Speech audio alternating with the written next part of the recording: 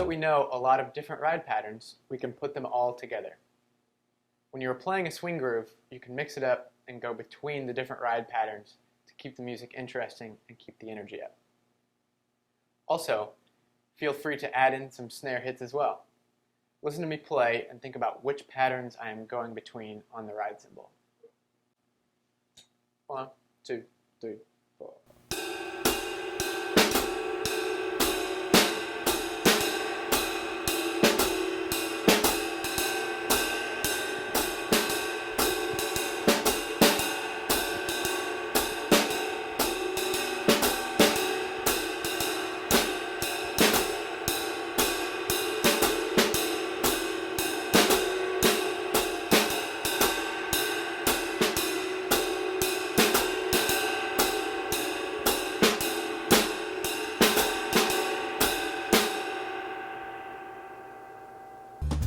Jazz Empowers is a nonprofit organization that starts and develops jazz programs in K-12 public schools.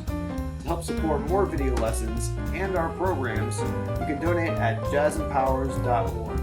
Also, make sure to like this video and hit the button on the screen to subscribe to our channel.